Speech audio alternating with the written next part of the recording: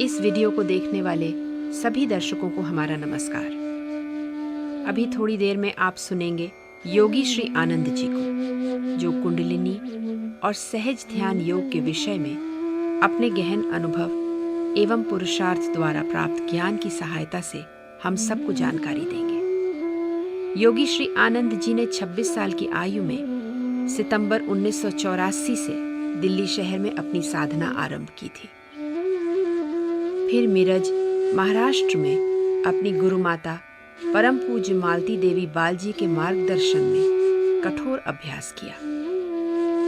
1993 में वो उत्तर भारत आ गए और 1 वर्ष तक शिवालिक पहाड़ियों में कठोर साधना की। इसके उपरांत अपने पैतृक गांव लौटकर उन्होंने गांव के बाहर एक छोटी सी कुटिया में और कठोर योग का अभ्यास किया। इस कठोर अभ्यास के द्वारा प्राप्त ज्ञान की सहायता से आपने कई युवाओं का मार्गदर्शन किया है। योगी श्री आनंद जी ने अपने अनुभवों और आध्यात्मिक शोध के आधार पर 3 पुस्तकें लिखी हैं, जिनके नाम हैं सहज ध्यान योग, योग कैसे करें और तत्व ज्ञान। ये पुस्तकें हमारे देश के कई विश्वविद्यालयों और IIT के पुस्तकालय में सबके लिए सरलता से उपलब्ध है। योगी श्री आनंद जी ने दिल्ली और महाराष्ट्र के क्षेत्र में कई व्यक्तियों को आध्यात्म की राह से जोड़ा है और आज इस वीडियो के माध्यम से आप सहज ध्यान योग, कुंडलिनी और साधना के विषय से जुड़ी अनेक जानकारियां हमें देंगे, जो हमारे जीवन और समाज के कल्याण हेतु आवश्यक है। तो आइए सुनते हैं योगी श्री आनंद जी को। है तो थोड़ा कहना मुश्किल सा है कि वो सत्य कह रहा है।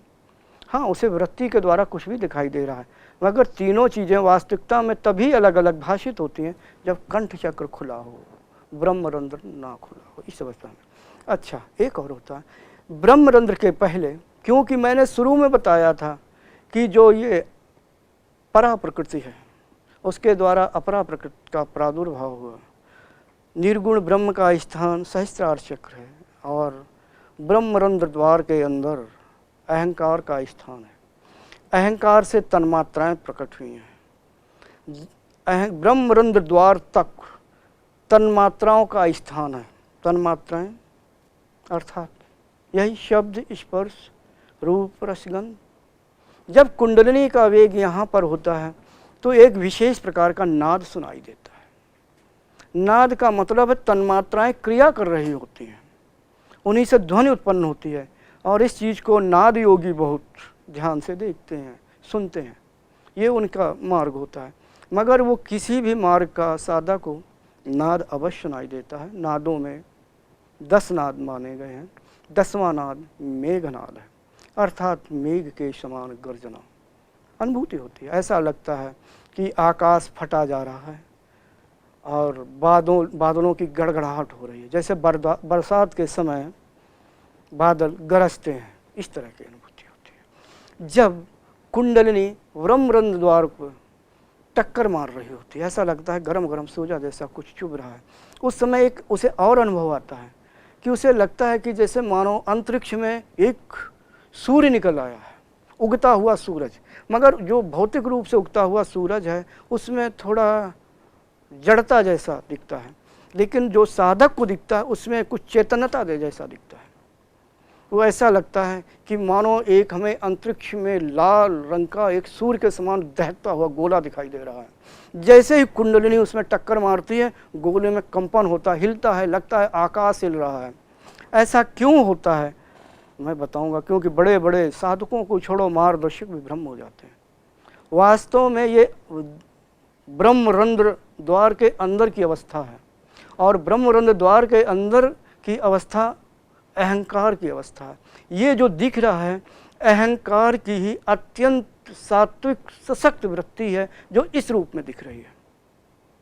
जब साधक बहुत ही कठोर अभ्यास करता है, अगर किसी साधक को बहुत समय लग गया हो तो थोड़ी सहायता के लिए मैं बता दूं, तो वैसे तो मार्गदर्शक से तुम्हें पूछना चाहिए कि भाई क्या करें, अपने गुरुदेव से पूछो क्या करें हमारा ब्रह्मरंध्र जल्दी खुले। लेकिन मैं सहायता के लिए बता दूं कि एक विशेष प्रकार का मंत्र होता है, उस मंत्र का जाप करो, कुंडलनी अत्यंत उग्र होगी और जितना ही उग्र होगी ब्रह्मरंध्र द्वार उतनी जल्दी खुलेगा। खैर आपके गुरुदेव के ऊपर है वो मंत्र बताते कि नहीं बताते। हाँ, जब ब्रह्मरंध्र द्वार खुल जाता है तो साधक को विशेष प्रकार की अनुभूति होती है। ऐसा लगता है मानो करोड़ों सूर्य फट गए हों, अर्थात उसने कभी भी अपने जीवन में इतना तेज प्रकाश नहीं देखा होता है। वो देखता है कि मानो हजारों सूर्य एकदम चमक पड़े हों। वो प्रकाश के अंदर खड़ा होता है, प्रकाश में नहा रहा होता है, सारा अंतरिक्ष प्रकाश में होता है। ऐसा लगता है कि उसके सिर के अंदर प्रकाश ही प्रकाश, करोड़ों सूर्य भर चुके हों। सत्य यह है, बहुत से लोग भ्रमित भी हो जाते हैं, कहते हैं ब्रह्म का स्वरूप यही है, मगर गौर करें यह ब्रह्म का स्वरूप नहीं है। सत्य यह है कि अहंकार की अत्यंत सशक्त वृत्ति है, सात्विक सशक्त वृत्ति है, जो इस स्वरूप को धारण कर रही है, अर्थात ब्रह्म की ओर से ब्रह्म का निर्देशन कर रही है। बस ऐसा समझ लो, ब्रह्म तो सहस्रार चक्र के अंदर उसका निवास स्थान है, ऐसा कहा जाता है। तो ब्रह्मरंध्र द्वार के अंदर कैसे हुआ? खैर ये उनकी सोच के ऊपर है, लेकिन सत्यता यही है कि जब ब्रह्मरंध्र खुलता है तो ऐसा लगता है करोड़ों सूर्य उसके सामने फट पड़े हैं और उन्हीं के बीच प्रकाश में वो नहा रहा। खैर, और एक और घटना हो, एक और उसके साथ घटना घटती है। साधक की कुंडली अगर उग्र है, साधना अगर अत्यंत तीव्र है, तो जब वो अपने आसन पर बैठा होता है, क्योंकि सारी प्राणवायु नीचे जब ब्रह्मरंध्र द्वार के अंदर चली जाती, अर्थात सारी स्थूल से लेकर तन्मात्राओं तक की अवस्था जब अहंकार में अंतर्मुखी होती है, तो वो अवस्था ये भौतिक शरीर झेल नहीं पाता है। तो बहुत से साधकों, अभ्यासियों को, मैं कुछ के नाम भी जानता हूँ, स्वयं मैं कुछ घंटों के लिए अपने ही आसन पर बेहोश हो जाता है। इसका वर्णन मैंने अपनी किताब में किया हुआ है, और वो बेहोशी का समय उसे याद नहीं रहता है, ये भी बताऊँगा। हाँ, कुछ को नहीं भी होता है, लेकिन जिनको नहीं होता उन्हें बहुत साल यहीं पर गुजारने होते हैं। हाँ, कुंडलनी बहुत समय तक यहाँ पर नहीं रुकती है। जब प्राण ऊपर की ओर जाता है, ब्रह्मरंध्र के अंदर चला जाता है, तो यहाँ पर निर्विकल्प समाधि लगती है। निर्विकल्प मतलब किसी प्रकार की कोई कल्पना नहीं। उसका कारण होता है प्राण और मन दोनों एक साथ ब्रह्मरंध्र के अंदर चले गए, वो कोई एक क्रिया नहीं करते। यहाँ समय का कोई भान नहीं होता।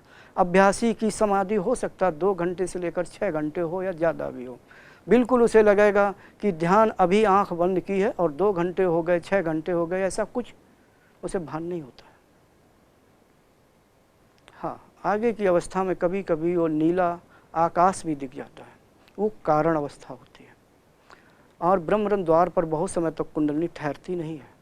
अब ब्रह्मरंध्र द्वार को सही रूप से खोल करके फिर वो आगे की ओर को गमन करने लगती है, अर्थात वो आगे आज्ञा चक्र की ओर आ जाते हैं। अब कहेंगे पहले भी आज्ञा चक्र की ओर आई, अब फिर आ रही, बता रहे। हाँ, क्योंकि उसका कार्य ब्रह्मरंध्र द्वार जो खोलना था पूरा हो गया। अब वो सीधे मार्ग से होकर के आज्ञा चक्र पर आती है, आज्ञा चक्र पर थोड़ी देर ठहरती है, और यहाँ पर एक विशेष प्रकार का तेज के द्वारा दिव्य दृष्टि को प्रज्वलित सी और ज़्यादा पैनी करती रहती है। वो फिर धीरे धीरे नीचे की ओर मुड़ जाती है। शास्त्रों में तो इसका वर्णन नहीं आता, अभ्यासियों को ऐसी अनुभूति होती है। कई जगह पर ऐसा भी मिलता है, लिखा मिलता है कि कुंडलनी के सिर्फ 2 ही मार्ग होते हैं, एक पूर्व का मार्ग, दूसरा पश्चिम का मार्ग। लेकिन अगर साधक की साधना अत्यंत उग्र है, अच्छा दिव्य दृष्टि अच्छी तीव्र गति से काम कर रही है, बारीकी से देखने में सामर्थ्यशाली है, तो उसे सीधा मार्ग भी दिखाई देगा कि ऐसी गति कर रही है। खैर, कुंडलनी धीरे धीरे आगे की आज्ञा चक्र की ओर आती है, कुछ समय तक ठहरती है और फिर नीचे की ओर आती है, कुछ थोड़ा मार्ग उसके साथ चलती है और नया मार्ग बनाती हुई तालू को कुतरती हुई नीचे की ओर उतरने लगती है। और अभ्यास के अनुसार कई महीनों या सालों में वो धीरे धीरे उस मार्ग से नहीं दूसरा मार्ग बनाती हुई फिर हृदय की ओर आती है।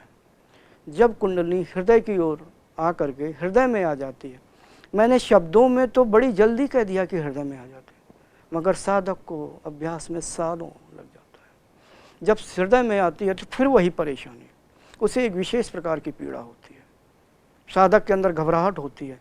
अब पहले की समान पीड़ा नहीं, अब भयंकर पीड़ा ये होती है कि उसके हृदय में श्वास ही नहीं। कभी कभी लगता है कि उसका श्वास ठहर गया, वो सीने में हाथ भी लगा सकता है कि श्वास ठहर गया, श्वास नहीं आ रही। मगर घबराइए नहीं, मृत्यु को प्राप्त नहीं हो सकते, भले ही ठहर गई। सत्य तो ये है, उस अवस्था में वो वायु को सोखती है। वायु जो स्पंदन कर रही होती है, वहाँ पर उसका स्वभाव है स्पंदन करना, वृत्तियों को स्पंदन के द्वारा वृत्तियों को तरंगित करना और बाहर को निकालना, उस क्रिया को रोक रही होती है वो। इसलिए उसका सोखना जरूरी है। जो वृत्तियों, उसका स्पंदन की जो गति है वो स्लो करती है, उसकी जो वृत्तियाँ जो साधक की या अभ्यासी की बाहर निकल रही है उसकी गति कम करती है। इससे क्या होता है कि साधक को स्थिरता आएगी। जब उसकी वृत्तियों की गति बाहर कम होगी, अर्थात उसकी वृत्तियाँ बहिर्मुखी कम होगी, तो स्थिरता तो साफ आएगी, साफ आएगी, स्थिरता आएगी। खैर, कुंडलिनी जब वहाँ पर आ जाती है, स्थिर होती है, कुछ ही समय ऐसी परेशानी होती है और फिर जब ध्यान टूटता फिर कुंडलिनी वापस होकर अपने मूलाधार में आती है, फिर ध्यान पर बैठती, फिर वैसी चढ़ती है। अब अगर साधक गौर करे, मूलाधार से लेकर के जो उसका मार्ग है बहुत समय बहुत उसकी लंबाई हो जाती है, लगभग जितनी लंबाई साधक के शरीर की होती है उससे थोड़ा कम। इतनी लंबी कुंडलिनी होती, ध्यान भंग होते ही, ध्यान तोड़ते ही फिर वो मूलाधार में सूक्ष्म रूप से विद्यमान होती है। इससे ध्यान लगते ही फिर उसका स्वरूप बढ़ता है और हो जाता है। धीरे धीरे अभ्यास महीनों और सालों चलता है। फिर जब वो परिपक्वता को प्राप्त होता है तो वो कुंडलिनी धीरे धीरे वहाँ स्थिर रहने लगती है। पहले 1 घंटे के लिए आप ध्यान तोड़ लीजिए, साधक का ध्यान टूट जाएगा, फिर भी कुंडलिनी वापस नहीं आती। कहो 1 घंटे तक वही उसी स्वरूप में बनी रहे, फिर धीरे धीरे अभ्यास होते होते वो स्थिर होने लगती है, वो अपनी जगह नहीं आती, उसका स्वरूप भी बदलने लगता है। कारण वो इस समय जो अग्नि तत्व से थी, अग्नि तत्व से संबंधित जितना ब्रह्मांड है, अपरा प्रकृति है, उसने उसका विकास कर लिया होता है। साधक का जो मस्तिष्क है चारों तरफ गमन करके उसकी जड़ता को नष्ट करके उसके अंदर जो सूक्ष्म कोशिकाएं हैं उसको खोल करके उसमें चैतन्यता विखेर के और अपने स्वरूप को वो चेंज कर लेती है। अर्थात उसने विकास कर लिया, उसका विषय नहीं रह गया, वो उसकी अवस्था आगे की ओर हो जाती है, अर्थात वायु तत्व में वो विलीन हो जाती है। फिर उसकी कुंडलिनी साधक को उसे कभी नहीं दिखाई देती, क्योंकि वो कुंडलिनी उस अभ्यासी के शरीर में हर एक जगह यानी रोम रोम में वो व्याप्त हो जाती है वायु रूप में। साधको, ऐसा मत समझो कि अभी तुम्हारा अभ्यास का समय समाप्त हो गया, समाप्त नहीं हुआ, बल्कि सत्य ये है कि अभी सही अभ्यास करने का समय आया है। अब जो अभ्यास आगे बढ़ाओगे तो तुम्हारे चित्त में स्थित जो कर्माशय हैं उन कर्माशयों का जो स्वरूप है वो कम होने लगेगा, उन वृत्तियों को नष्ट होने का स्वरूप समय आ गया है। इन कर्माशयों को नष्ट करो, क्योंकि जितने कर्माशय नष्ट होंगे तो अगला जो जीवन लेना है, मान लो थोड़ी देर के लिए उन कर्माशयों के अनुसार आपको 10 जन्म और लेने हैं, तो इस अभ्यास के द्वारा जब आप कर्माशयों को धीरे धीरे नष्ट करेंगे अभ्यास के द्वारा, तो साफ जाहिर जब कर्माशय कम रह जाएंगे आपके जीवन भी घट जाएंगे। और मैं उन मार्गदर्शकों से कहना चाहूँगा, अरे मार्गदर्शकों, तब मार्गदर्शन करो जब तुम्हारी कुंडलिनी पूर्ण यात्रा होकर के स्थिर हो गई हो। अगर स्थिर नहीं हो गई हो तो क्या मार्गदर्शन कर रहे हो? क्या पावर है या दिखा रहे हो, या शक्तियों का चमत्कार, सिद्धियों का चमत्कार दिखा रहे हो? ये तुच्छ सिद्धियाँ दिखा करके समाज को आकर्षित मत करो, भ्रम में ना डालो, ये तुम्हें कहाँ तक पहुँचाएंगी मुझे अच्छी तरह ज्ञात है।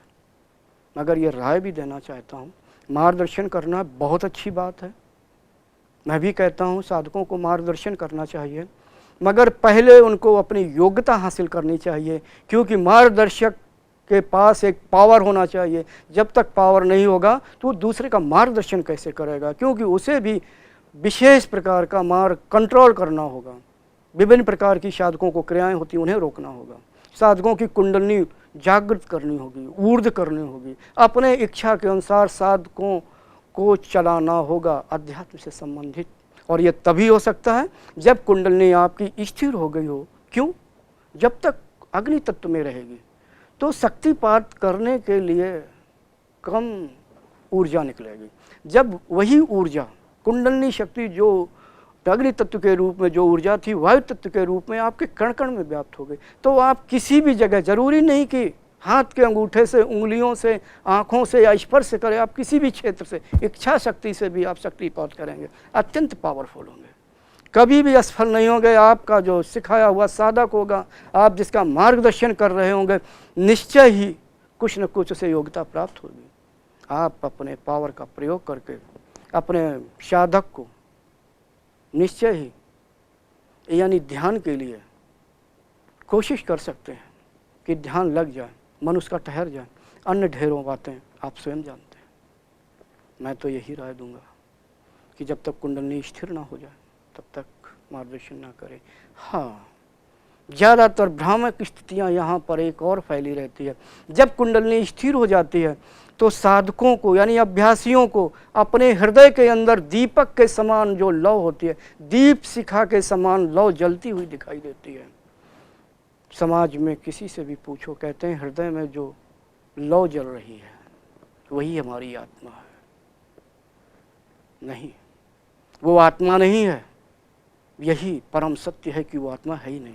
अभी आप भ्रम में हो, अभी आप अज्ञानता में हो, वो आत्मा है ही नहीं। तो आप पूछेंगे फिर है क्या ये दीप शिखा के समान, अर्थात दीपक की लौ के समान जो जलती हुई दिखाई दे रही है, फिर आखिरकार ये है क्या?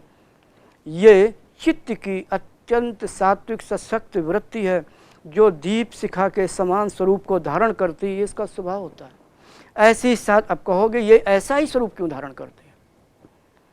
मैं इसका दूसरा स्वरूप बता रहा हूँ। जो इतनी सशक्त वृत्तियाँ होती हैं, उनमें इतना पावर होती है कि पूरे अपरा प्रकृत में व्यापकता के अनुसार वो फैल जाती हैं, व्यापक हो जाती है, अति सूक्ष्म होती है। वो किसी का भी स्वरूप धारण कर सकती हैं। हो सकता है किसी देवता का स्वरूप धारण कर लें, अर्थात हो सकता है भगवान शंकर का स्वरूप धारण कर लें, विष्णु का स्वरूप धारण कर लें, कृष्ण का स्वरूप धारण कर लें, राम का स्वरूप धारण कर लें। जब ये ऐसे स्वरूप सामने आ जाते हैं, अभ्यासी भ्रमित हो जाता है। वो समझता है कि मैं राम हूँ, मैं कृष्ण हूँ, मैं तो महादेव हूँ।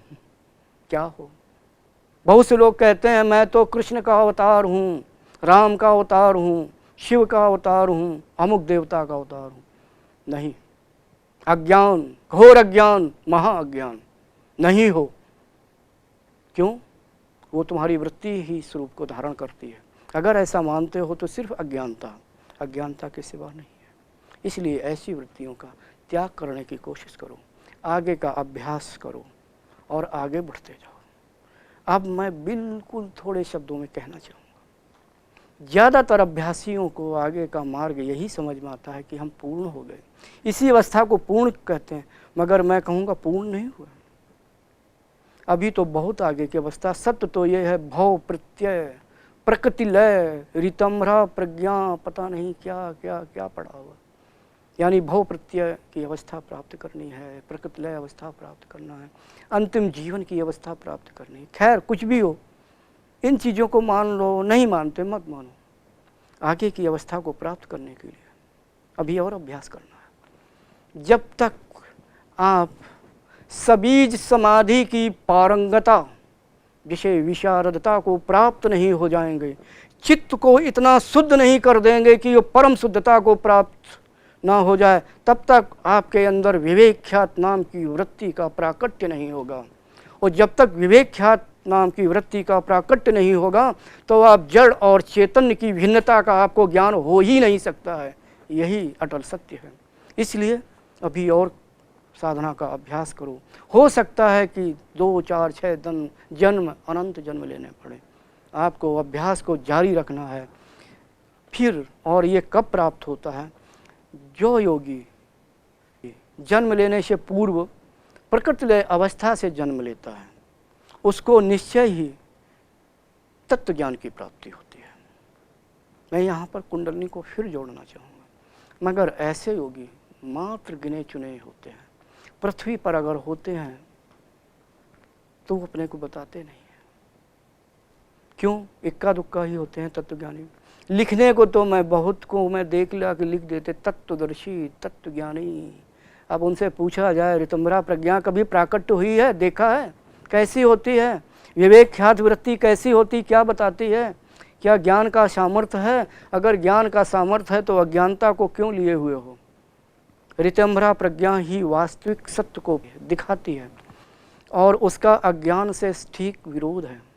वही सत्य को भरने वाली है ऋतंभरा प्रज्ञा नामक की वृत्ति, जो सत्य को भरे अज्ञात अर्थात हमारे चित्त में, अभ्यासी के चित्त में स्थित जो अज्ञानता है, मूल से यानी जड़ से उखाड़ के फेंक दे और अपने ज्ञान को चित्त में बिखेर दे पूर्ण रूप से। अर्थात जिसे दूसरे शब्दों में कहते हैं, ज्ञान के प्रकाश को पूर्ण रूप से फैला दे, ऐसा अभ्यासी जिसे कहते हैं कि ज्ञेय पदार्थ अल्प हो जाता है, स्वयं पूर्ण रूप से व्यापक हो जाता है, उसकी वृत्ति ब्रह्म स्वरूप हो जाती है। ऐसे ही ब्रह्म स्वरूप वृत्ति को ब्रह्म ज्ञानी भी कह देते हैं, तत्व ज्ञानी कह देते हैं। अगर आपको ऐसा है ठीक है, अच्छा है। अगर नहीं है तो समाज को धोखा मत दो, योग पे गलत प्रचार ना करो। अज्ञानी जनता नहीं जानती है, जैसा आप समझाएंगे वैसा ही समझेगी। भ्रामक स्थिति उनके चित्त में मत विद्यमान करो। अगर आप एक बार आपने बोला कि ये ऐसा होता वैसा होता, वो तो वही ग्रहण कर लेगा। इसलिए पहले अपनी योग्यता देखो कि क्या है, सत्य बोलने का प्रयास करो, सत्य बोलो, मार्गदर्शन करो। खैर माफ़ करिए, शायद अगर मैं कुछ ज़्यादा कह गया हूँ आप लोगों को तो क्षमा चाहूँगा, लेकिन सत्य बोला कि जब तक ऋतंभरा प्रज्ञा के द्वारा तत्व ज्ञान की प्राप्ति न हो तब तक आप अपने को तत्वदर्शी तत्वज्ञानी मत कहिए। इन किताबों को पढ़ कर के, वेद को, शास्त्रों को या अन्य किसी पौराणिक किताबों को पढ़ के अपने को तत्वज्ञानी घोषित करते हो तो निश्चय ही तुम महा अज्ञानी हो, यही परम सत्य है। और अगर आप तत्वज्ञानी हैं, निश्चय ही आप सामर्थ्यशाली हैं। किसी भी वेश में रहिए, जरूरी नहीं कि आप किसी भी वेश को दिखाइए ना दिखाइए, किसी भी हाल में रहिए, वो तो पता ही लग जाएगा। अगर आप ऐसे साधकों का मार्गदर्शन करते हैं तो निश्चय ही साधकों के द्वारा पता लग जाएगा। अगर नहीं करते हैं तो भी वो ठीक है, उस विषय को मैं नहीं बोलूँगा, उचित भी नहीं है। हाँ, मैंने इतना जो यहाँ तक बोला इसलिए बोला कि कुंडलिनी ज्ञान, तत्व ज्ञान में जब साधक आ जाता है, कि तत्व ज्ञान प्राप्त करता है तो उसे सालों लग जाता है।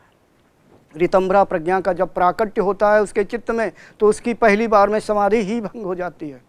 चित्त की भूमि धीरे धीरे नष्ट होने लगती है। चित्त की भूमि पर ही चित्त के संस्कार विद्यमान होते हैं। जब संस्कार विद्यमान होने वाली जगह ही नष्ट हो जाएगी, उस जगह पर ज्ञान का प्रकाश फैल जाएगा। तो अभ्यासी के द्वारा किया गया कर्म या संस्कार जैसे ही उसके अंदर जाएगा, उसके वास्तविक स्वरूप को दिखा देगा। अर्थात उसके वास्तविक स्वरूप जो भ्रम था वहाँ टिकेगा नहीं।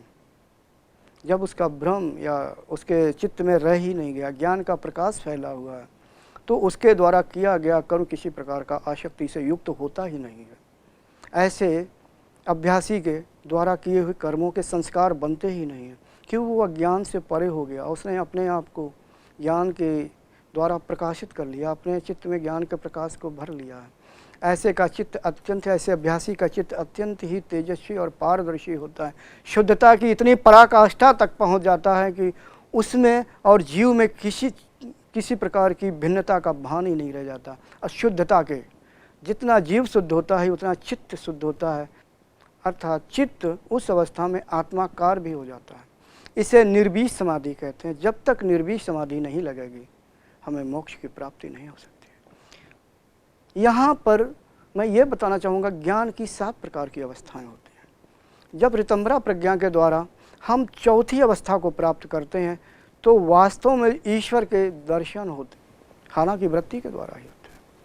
ये जीव के जीवन चक्र में सिर्फ एक बार ही होता है। ये एक महत्वपूर्ण बात है। यदि एक बार दर्शन हो गया फिर वो कभी भी इस भौतिक संसार में अथवा जन्म मृत्यु आयु को प्राप्त ही नहीं होता है। और इसके बाद आगे बढ़ता हुआ जब ज्ञान की 7वीं अवस्था में पहुंचता है तो मोक्ष की ओर बढ़ जाता है। उस समय कुंडलिनी उसे अपनी सुषुम्ना नाड़ी में ऊर्ध्व होते हुए दिखाई देती और वो देखता है कि सुषुम्ना नाड़ी के आखिरी सिरे पर, अर्थात जहाँ पर सहस्त्र दल कमल पूर्ण रूप से विकसित हुआ है, वहाँ पर होते हैं। जो कर्मों का बीज है, बीज रूप से वो कर्मों को बीज रूप से ही नष्ट कर देती है। यहाँ पर भी कुंडलिनी दिखाई देती है अनंत जन्मों के बाद। तो साधकों, कुंडलिनी का मार्ग तो यहाँ तक है।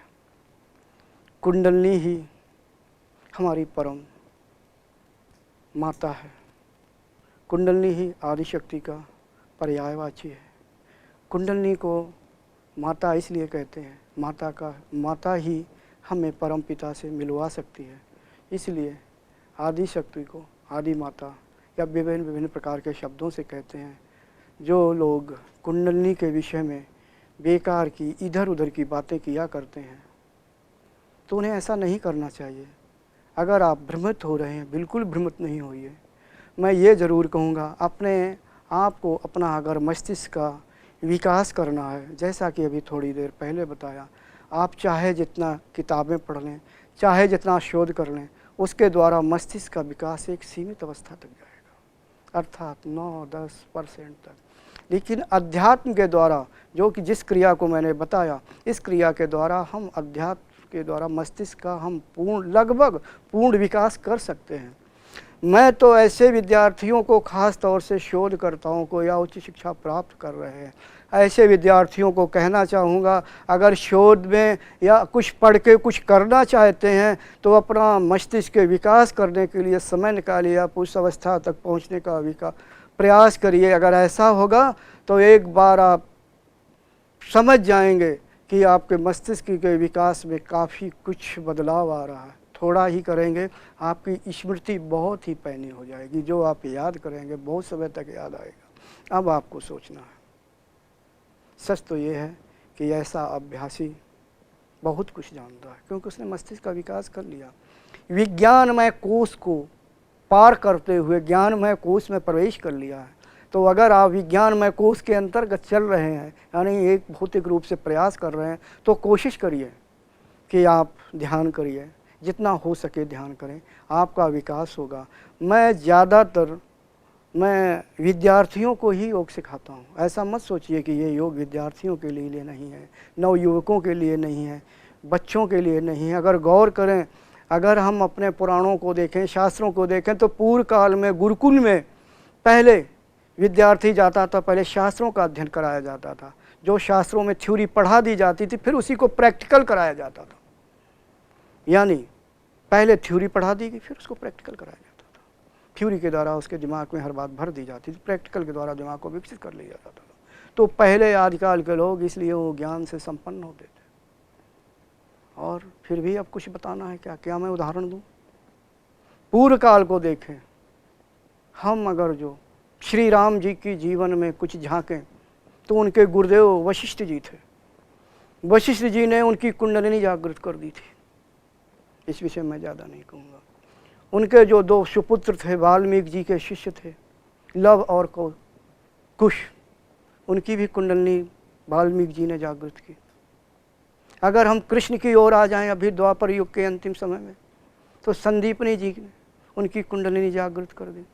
अगर और मैं कहूँ, शास्त्रों में नहीं आते, हनुमान जी की कुंडलिनी पवन देव जी ने जागृत की। खुद वशिष्ठ जी की कुंडलिनी ब्रह्मा जी ने जागृत की, जो 2.5 घंटे में पूर्ण हो गई। अब कहेंगे आपको समय कैसे पता? तो भैया थोड़ा इस विषय में मैं नहीं बोलूँगा। हमारा मतलब है, जब राम और कृष्ण और भी कई ऐसे उदाहरण हैं जो कुंडलिनी जागृत होती रही है, ये परंपरा चलती रही है, इसके बिना पूर्ण विकास संभव नहीं है। तो ये गलत कैसे हो रही है? मुझे बात याद आ गई 95 की, जब मुझसे कहा गया कि आनंद कुमार, किसी की कुंडलिनी गले में अटक जाती है, उलझ जाती है, किसी की नीचे चली जाती है, तो मैं दुखी हो गया। मैंने माता कुंडलिनी का संकल्प किया, पूछा, माते ज़रा मुझे बताएं आप, क्या आप किसी के उसमें उलझ जाती हैं गले में? तो मैंने जो दृश्य देखा बड़ा ही प्यारा था, अच्छा था, दुर्लभ था, दिव्य था। मैंने देखा कि अंतरिक्ष में अद्वितीय सुंदर स्त्री खड़ी हुई है और ज़ोर से उसने नागिन की तरह फुसकार मारी और फिर मेरे से कुछ शब्द कहे। उनमें से और शब्द तो उचित नहीं है, लेकिन ये कहा, योगी पुत्र, मैं सारे ब्रह्मांड का मार्गदर्शन करती हूँ और ये मनुष्य जात मेरा मार्गदर्शन करेगा, या मैं मार्ग से भटक जाऊँगी? अगर मैं ही भटक गई तो क्या ये रह जाएंगे, ये आगे की सृष्टि? अर्थात मेरी दिव्यता कभी भी नष्ट नहीं होती है। प्रत्येक प्राणी में मेरा ही स्वरूप विद्यमान रहता है, लघु रूप से। इसलिए मैं यही चाहूँगा कुंडलिनी के विषय में भ्रामक स्थितियाँ ना पैदा की जाएं। अगर पैदा हो गई हैं दिमाग में, तो योग मार्गदर्शक से अच्छी किताबें पढ़ कर के, जो इस अभ्यासी ने लिखी उनकी किताबें पढ़ें, अच्छे अनुभवी मार्गदर्शन से पूछ लें और कुंडलिनी के विषय में जानें, तब कुछ अपनी धारणा रखें। वैसे यहाँ पर बोलते समय तो बहुत हो गया, कुंडलिनी का भी बहुत विषय है। मैं अब अन्य किसी जगह पर फिर और कुंडलिनी के विषय में बताऊंगा। कुंडलिनी की अनुभूति कैसे होती है, कुंडलिनी कैसे दिखाई देती है, कैसे उग्र होती। मैंने कह दिया उग्र कुंडलिनी, क्या कुंडलिनी भी उग्र होती है, शांत होती है, मध्यम होती है? नहीं, कुंडलिनी एक ही प्रकार की होती है, लेकिन इनका स्वभाव भिन्न भिन्न होता है, वो साधक के अनुसार होता है। अब मैं थोड़ा यहाँ पर ठहरता हूँ, फिर किसी जगह पर आपको कुंडलिनी के विषय में और बताऊँगा। अभी बहुत कुछ बताया।